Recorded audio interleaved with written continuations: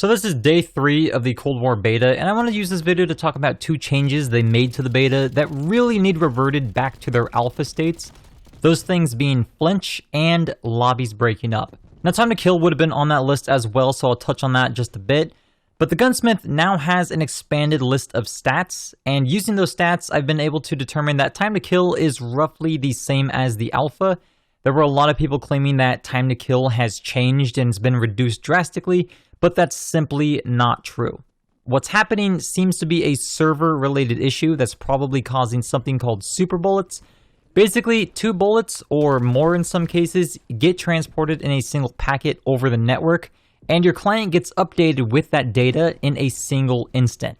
Lag has been especially severe for some people, but there's no way to know if servers will actually improve this year. Modern Warfare went the entire year with terrible servers and constant lag for a ton of people, myself included. Now let's talk about Flinch.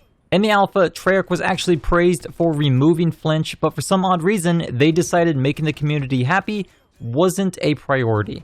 They specifically said that your recoil wouldn't be affected by Flinch, and this might actually still be true. However, further testing and custom games might be required to test that. But there was also pretty much zero visual flinch as well in the alpha. In the beta, there is a pronounced amount of visual flinch. What I've noticed is that the first shot to hit you seems to be the most severe. Your screen will sort of wobble and tilt on its axis, which can be jarring in some tense situations. There's even a few attachments that reduce this flinch in the handle category, one of them as much as 90%, so that might end up being a crutch attachment for some people. This change absolutely needs reverted. Go back to having pretty much zero visual and recoil related flinch, because that was actually one of the better things about the alpha. These attachments will need updated to provide a different benefit, but this was a bad decision. The next thing that needs reverted is lobbies splitting up. In the alpha, lobbies were not forcibly split up by the game. Now, even though lobbies split up in the beta, I do still end up in matches with a couple people from my previous games, but the lobby is largely new people. This is a problem for a few reasons. For one, it makes it so you can join a game that's pretty much near the end, and then you don't even get to stay in that lobby to guarantee you play the next full match. You can get split up and put right back into another game that's almost over. That doesn't make any sense. You also don't get those rivalries with enemy teams where you just played a really close game and want to see if you can beat them in the next one. This is basically gone. There's no reason to stay in a game that's in progress unless it's right towards the start of the match. Lobby splitting up is almost certainly related to skill-based matchmaking, but the alpha also had severe skill-based matchmaking and kept lobbies together. This is another odd choice from a developer that claims to be listening to the community.